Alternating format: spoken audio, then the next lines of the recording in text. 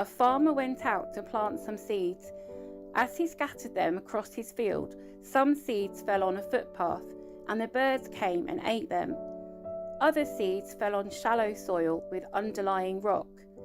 The seeds sprouted quickly because the soil was shallow, but the plants soon wilted under the hot sun, and since they didn't have deep roots, they died.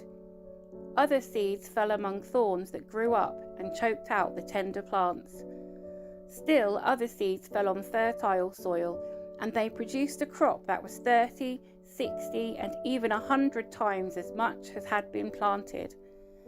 Anyone with ears to hear should listen and understand. His disciples came and asked him, "Why do you use parables when you talk to the people?" He replied, "You are permitted to understand the secrets of the kingdom of heaven, but others are not. To those who listen to my teaching, more understanding will be given, and they will have an abundance of knowledge. But for those who are not listening, even what little understanding they have will be taken away from them. That is why I use these parables. For they look, but they don't really see. They hear, but they don't really listen or understand." This fulfills the prophecy of Isaiah that says, "When you hear what I say, you will not understand. When you see what I do, you will not comprehend. For the hearts of these people are hardened, and their ears cannot hear. And they have closed their eyes, so their eyes cannot see. And their ears cannot hear, and their hearts cannot understand. And they cannot turn to me and let me heal them. But blessed are your eyes because they see, and your ears because they hear. I tell you the truth, many prophets and righteous people longed to see what you see, but they didn't see it.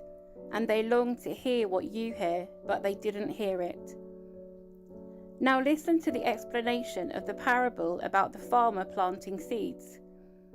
The seed that fell on the footpath represents those who hear the message about the kingdom and don't understand it.